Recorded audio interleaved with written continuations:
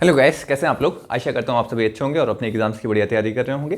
तो गाइस, पिछले लेक्चर में हम लोगों ने पढ़ा था बिरूबारीवाद क्या होता है। उससे पहले हम लोग ने आर्टिकल फर्स्ट, सेकंड, थर्ड को कंप्लीट किया था। तो आज हम लोग पढ़ेंगे कि राज्यों का पुनर्गठन कैसे होता है। तो आज हम लोग का टॉपिक होगा राज्यों का पुनर्गठन, रीऑर्गेनाइजेशन ऑफ स्टेट्स। तो आज हम लोग का टॉपिक होगा राज्यों का पुनर्गठन, राज्यों का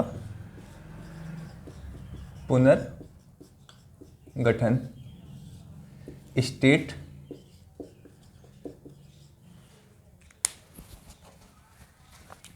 रीऑर्गेनाइजेशन,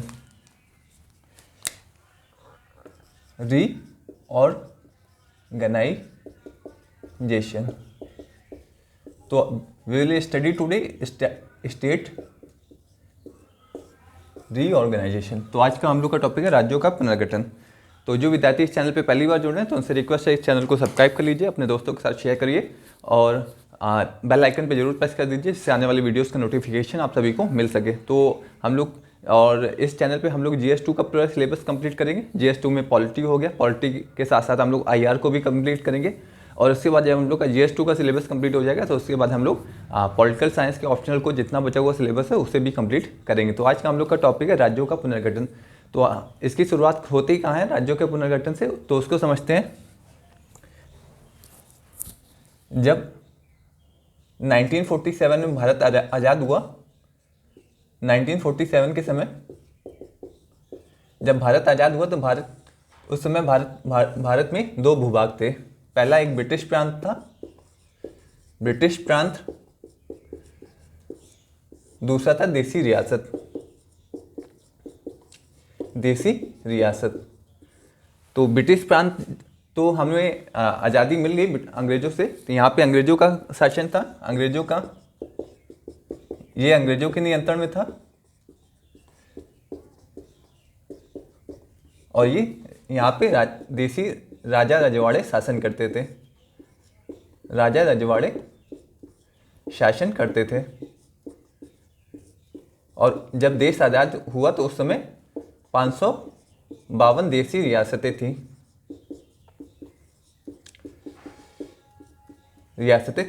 तो 1947 के समय जब भारत आज़ाद हुआ तो उस समय दो भूभाग थे। एक ब्रिटिश प्रांत था जहाँ पे अंग्रेजों का शासन था और दूसरा भूभाग क्या था, देसी रियासत, जहाँ पे देसी राजा रजवाड़े शासन करते थे। तो उस समय 552 देसी रियासतें थी। तो 552 देसी रियासतों में से जब आज़ादी मिली तो ये यहाँ पे तो भारत ये भारतीय संघ में शामिल हो गया, ये भारत में आ गया, ये वाला भाग ये वाला भारतीय संघ में शामिल हो गया।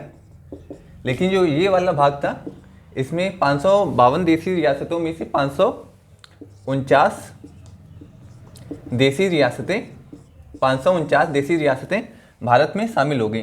तो इधर ब्रिटिश प्रांत भारत में शामिल हो गया और ये 549 देसी रियासतें, इसे आप लोग नोट डाउन कर लिए। 552 में 549 देसी रियासतें भारत में शामिल हो गई, भारतीय संघ में शामिल हो गई। 552 में से 549 देसी रियासतें भारतीय संघ में शामिल हो गई और 3 ऐसी देसी रियासतें थी जिन्होंने भारतीय संघ में शामिल होने से इनकार कर दिया। तो आज हम लोग देखेंगे कि कौन सी 3 ऐसी देसी रियासतें थी जिन्होंने भारतीय संघ में शामिल होने से इनकार कर दिया। तो इसे देखते हैं, आप लोग इसे नोट डाउन कर लीजिए। और उस समय के गृह मंत्री थे सरदार पटेल, जिन्हें भारत का बिस्मार्क भी कहते हैं। तो उनकी दृढ़ इच्छा व उनकी जो दृढ़ शक्ति थी, तो उनकी इच्छा की दृढ़ शक्ति की बदौलत जो भी 3 देसी रियासतें थी जिन्होंने भारतीय संघ में शामिल होने से इनकार किया था, तो उनको भी भारतीय संघ में शामिल कर लिया गया। अब हम लोग देखते हैं किन किन तरीकों से उन 3 देसी रियासतों को भारतीय संघ में शामिल किया गया।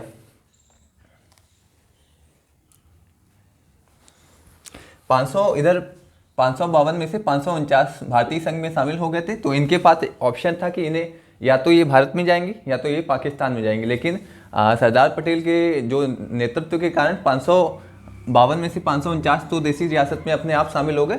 उसके लिए कोई उन्हें इतनी ज़्यादा मेहनत नहीं करनी पड़ी। लेकिन जब 3 देसी रियासतों की बात आई, जूनागढ़, जम्मू कश्मीर और हैदराबाद, तो इनको विभिन्न तरीकों से भारतीय संघ में शामिल किया गया। तो हम लोग देखते हैं कि कौन से ये 3 तरीके थे जिससे इन 3 देसी रियासतों को भारतीय संघ में शामिल किया गया।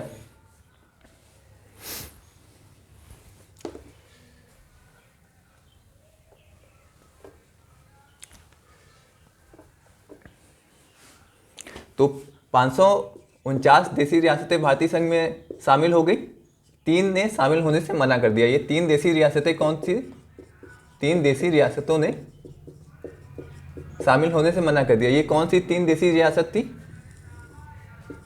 पहली थी जूनागढ़, 549 शामिल हो गई, 3 देसी रियासतों ने शामिल होने से मना कर दिया। तो अब ये 3 जूनागढ़ हो गई, हैदराबाद हो गया, हैदराबाद, और तीसरा क्या हो गया? जम्मू कश्मीर। तो उस समय के गृहमंत्री सरदार पटेल थे, तो हैदराबाद में उन्होंने एक सैन्य कार्रवाई करके हैदराबाद को भारतीय संघ में विलय कर लिया। जहाँ पे अभी ओवैसी जी शासन कर रहे हैं, वहाँ पे पहले उनके पिताजी शासन करते थे। तो हैदराबाद में सैन्य कार्रवाई करके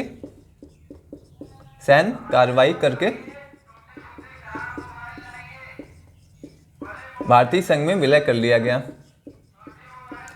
और जूनागढ़ में क्या हुआ? जूनागढ़ में जनमत संग्रह कराया गया। जनमत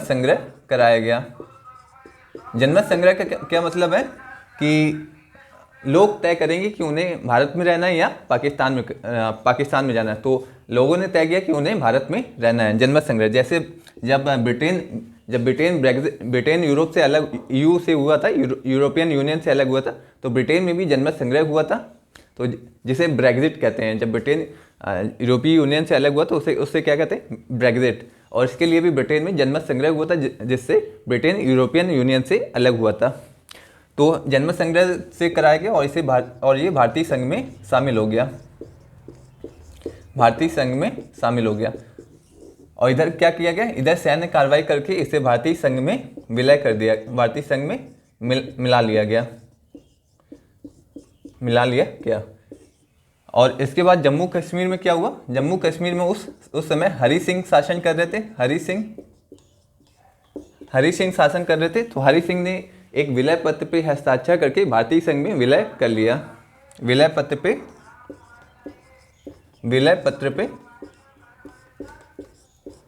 हस्ताक्षर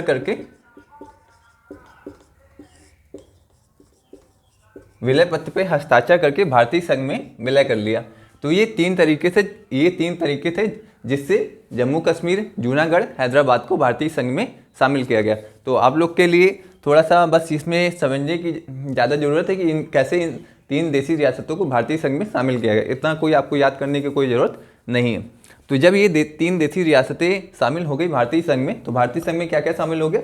एक ब्रिटिश भूभाग शामिल हो गया और सारी देसी रियासतें शामिल हो गई। जब ये दोनों भूभाग शामिल हो गए तो एक फिर राज्यों के पुनर्गठन की मांग उठने लगी। तो अब हम लोग देखते हैं कि राज्यों के पुनर्गठन किस आधार पर होता है। इसे आप लोग नोट डाउन कर लीजिए। आप लोग को 552 देसी रियासत याद करनी है। 549 ने अपने आप से भारतीय संघ में शामिल होने की घोषणा की, 3 ने मना कर दिया कि हम भारतीय संघ में शामिल नहीं होंगे, तो उनके लिए ये कार्रवाई की गई। आप लोग इसे नोट डाउन कर लीजिए। जूनागढ़ में जनमत संग्रह हुआ, हैदराबाद में सैन्य कार्रवाई की गई, और इधर क्या है, तीसरा जम्मू कश्मीर में जो हरि सिंह वहाँ के शासक थे, तो उन्होंने विलय पत्र पर हस्ताक्षर करके भारतीय संघ में विलय कर लिया। तो अब हम लोग आते हैं कि इस राज्यों का पुनर्गठन किस आधार पे होता है।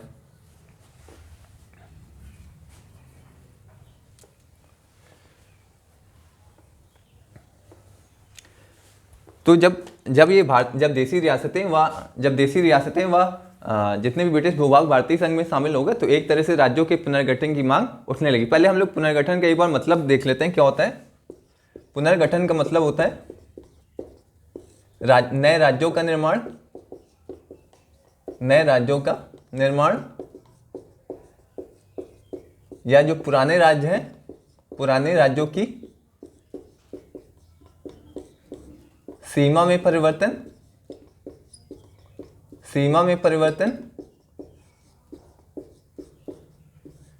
क्षेत्रफल में परिवर्तन, पुराने राज्यों के क्षेत्रफल में परिवर्तन, पुराने राज्यों के क्षेत्रफल में परिवर्तन। तो पुनर्गठन का क्या मतलब हो गया गाइस, कि राज्यों या तो नए राज्यों का निर्माण होगा, या जो पुराने राज्य उनके नाम में परिवर्तन होगा, या उनके क्षेत्रफल में परिवर्तन होगा। तो ये हो गया पुनर्गठन का मतलब। अब हम लोग आते हैं टॉपिक पे।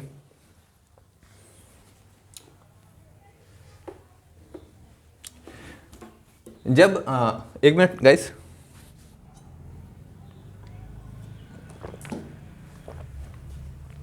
जब ब्रिटिश भूभाग और देशी सियासत भारतीय संघ में शामिल हो गई तो एक तरह से राज्यों के पुनर्गठन की मांग उठने लगी। ये सबसे पहले कहाँ से मांग उठी? ये दक्षिण भारत से सबसे पहले मांग उठी कि राज्यों का पुनर्गठन होना चाहिए और भाषाई आधार पर राज्यों का निर्माण होना चाहिए। सबसे पहले दक्षिण भारत में मद्रास प्रांत से ये आवाज़ उठी कि जो तेलुगु भाषी क्षेत्र है, जो जहाँ पे तेलुगु रहते हैं और जहाँ तेलुगु भाषी क्षेत्र हो गए, उनके लिए एक राज्य का निर्माण किया जाना चाहिए।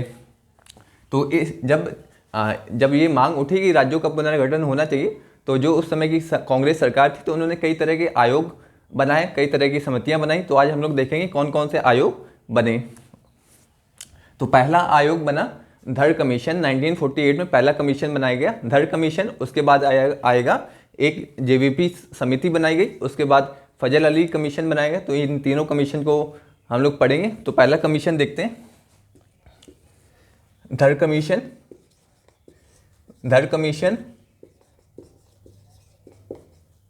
ये कब बनाया गया? 1948 में, जब राज्यों के पुनर्गठन की मांग उठी। सबसे पहले दक्षिण भारत से उठी, तो उस समय कांग्रेस सरकार थी संघ में, तो उन्होंने एक कमीशन का गठन किया, उसे कहते हैं धड़ कमीशन। तो इनकी सिफारिश क्या थी? इन्होंने सिफारिश की कि जो राज्यों का पुनर्गठन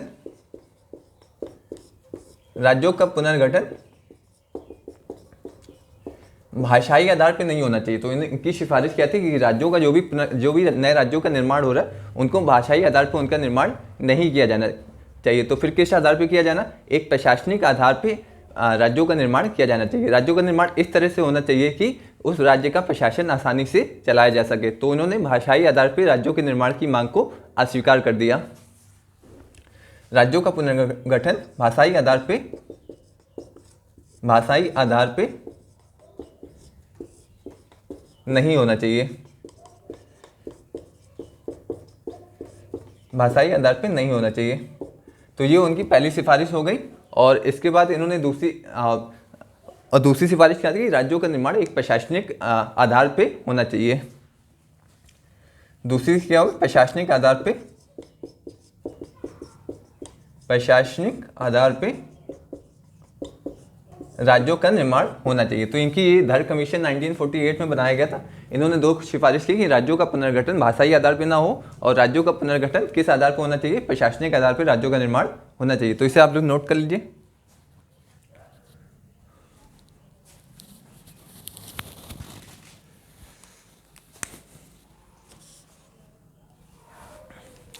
पहला इनका क्या सिफारिश हो गई कि राज्यों का पुनर्गठन भाषाई आधार पर ना हो, और दूसरी क्या सिफारिश हो गई कि राज्यों का पुनर्गठन प्रशासनिक आधार पर होना चाहिए।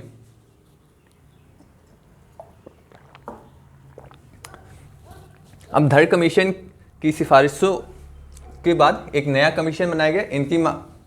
तो इन्होंने बोल दिया कि भाषाई आधार पे राज्यों का निर्माण नहीं होना चाहिए, जबकि मांग क्या उठ रही थी कि भाषाई आधार पे जो भी तेलुगु, कन्नड़, तमिल हो गए, इन भाषाओं के आधार पे एक नए राज्यों का निर्माण होना चाहिए। जैसे अभी वर्तमान में राज्य तमिलनाडु है, कर्नाटका है, तो ये सब भाषाई आधार पे राज्य। यहाँ पे तमिलनाडु में तमिल बोली जाती, और कर्नाटक में कन्नड़ बोली जाती, और जो भी आंध्र प्रदेश हो गया वहाँ पे तेलुगु बोली जाती।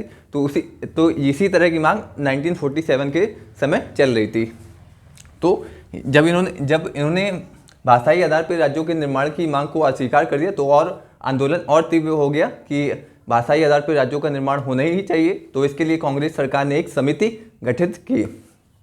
जब आंदोलन और तीव्र हुआ कि भाषाई आधार पर राज्यों का निर्माण होना चाहिए, जो तमिल हो गए, तेलुगु हो गए, कन्नड़ हो गई, इन भाषी क्षेत्रों के लिए एक नए राज्य का निर्माण होना चाहिए। तो ये आंदोलन और तीव्र हुआ, तो कांग्रेस सरकार को एक समिति का गठन करना पड़ा। उस समिति का क्या नाम है? जेवीपी समिति। दूसरी समिति का क्या है? जेवीपी समिति। पहला कमीशन कब गठित हुआ? धड़ कमीशन 1948 में गठित हुआ। उसके बाद कांग्रेस सरकार ने एक समिति गठित की, उसका नाम क्या है, जेवीपी गठित। ये कब हुआ, 1948 में। तो इसमें कौन कौन सदस्य थे, जे का मतलब है जवाहरलाल नेहरू, वी का मतलब है वल्लभ भाई पटेल, पी का मतलब है Pattabhi Sitaramayya. J for Jawaharlal Nehru, V का मतलब है वल्लभ भाई पटेल, वल्लभ भाई पटेल, और पी का मतलब है पट्टाभी सीतारमैया, पट्टाभी सीतारमैया। तो 1948 में ये पहले धर कमीशन बना, उसके बाद जेवीपी समिति आई, तो उन्होंने भी भाषाई आधार पर राज्यों के निर्माण की मांग को अस्वीकार कर दिया। उनका भी ये मानना था कि प्रशासनिक आधार पर राज्यों का निर्माण होना चाहिए, जिस राज्यों का निर्माण इस तरीके से होना चाहिए कि उस राज्य का प्रशासन आसानी से चलाया जा सके। इस आधार पर नहीं होना चाहिए कि भाषाई आधार पर राज्यों का निर्माण नहीं होना चाहिए। तो इन्होंने भी सिफारिश इनकी क्या थी, इनकी सिफारिश थी कि प्रशासनिक आधार पे राज्यों का निर्माण होना चाहिए। इन्होंने भी भाषाई आधार पर राज्यों के निर्माण की मांग को अस्वीकार कर दिया, और धर कमीशन ने भी भाषाई आधार पर राज्यों के निर्माण की मांग को अस्वीकार कर दिया था। और सेम सिफारिश इन्होंने भी की, जेवीपी समिति ने। इसमें कौन कौन से सदस्य शामिल थे, जवाहरलाल नेहरू, वल्लभ भाई पटेल, पट्टाभी सीतारमैया। तो ये हो गए, जेवीपी समिति हो गई और धर कमीशन हो गया। इसके बाद हम लोग पढ़ेंगे कि फजल अली कमीशन कब गठित किया गया था। तो आज हम लोग के लिए बस इतना ही रखते हैं, फिर हम लोग नेक्स्ट लेक्चर में फजल अली कमीशन पढ़ेंगे। उसके बाद ये हमारा जो राज्यों का पुनर्गठन है, ये हमारा टॉपिक कंप्लीट हो जाएगा। तो आप लोग से रिक्वेस्ट है, जो विद्यार्थी पहली बार जुड़े हैं तो उनसे रिक्वेस्ट है, चैनल को सब्सक्राइब करिए, शेयर करिए अपने दोस्तों के साथ।